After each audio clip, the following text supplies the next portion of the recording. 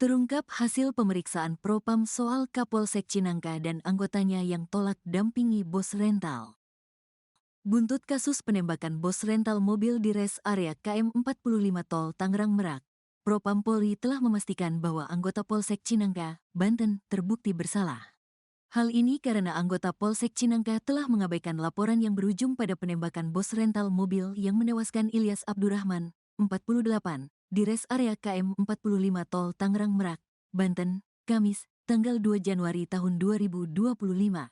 Sebelumnya diberitakan bahwa oleh Agam, putra korban melaporkan kepada anggota Polsek Cinangka bahwa mobil rental milik ayahnya telah dibawa kabur oleh penyewa dan ada dugaan penggelapan.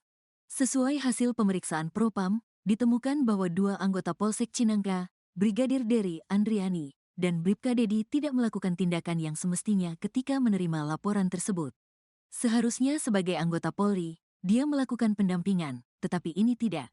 Sehingga dalam pemeriksaan penyidik dari Propam, ini adalah dugaan pelanggaran, ujar Kapolda Banten, Irjen Pol Suyudi Aryo Seto dalam konferensi pers, Senin, tanggal 6 Januari tahun 2025, dikutip dari tayangan Kompas TV.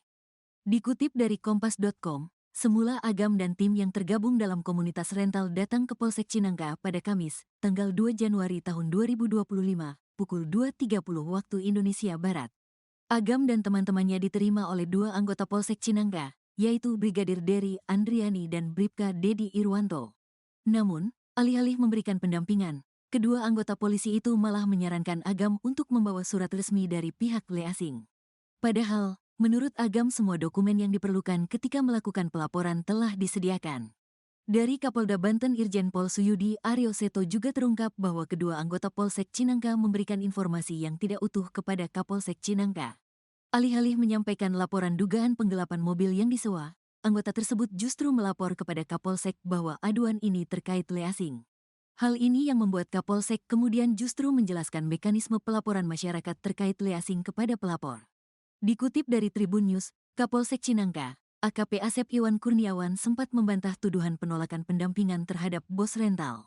Asep beralasan pihaknya enggan gegabah memberikan pendampingan karena menyangkut keselamatan semua pihak. Terkait permintaan pendampingan, Suyudi menyebut bahwa seharusnya kedua anggota tersebut bisa melakukan pendampingan. Ia juga menyebut alasan kedua anggota Polsek Cinangka tersebut menolak pendampingan adalah karena merasa kekuatannya sedikit. Nah, dokumennya ini pun sudah disampaikan sebenarnya oleh saudara Agam, baik itu BPKB, STNK, maupun kunci cadangan. Jadi, seharusnya memang anggota kita itu melakukan pendampingan, tetapi tidak dilakukan karena merasa kekuatannya sedikit, jadi tidak berimbang, kata Suyudi.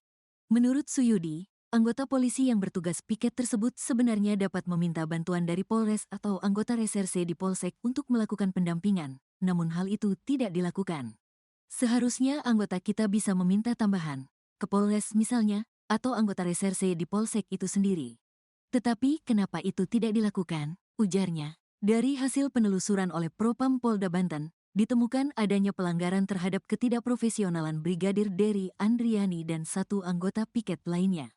Tentu saja anggota ini akan kami tindak tegas, baik secara etika yang sanksinya dapat berupa demosi, bahkan yang terberat adalah PTDH, tambah Suyudi. Suyudi juga menegaskan bahwa Kapolsek Cinangka, sebagai pimpinan di Polsek tersebut, turut bertanggung jawab atas kelalaian ini. Begitu juga Kapolsek, sebagai pimpinan di Polsek tersebut, dia tidak melakukan pengawasan dan pengendalian dengan baik. Tentunya juga akan kami kenakan sanksi, baik demosi maupun yang terberat adalah PTDH, ucapnya.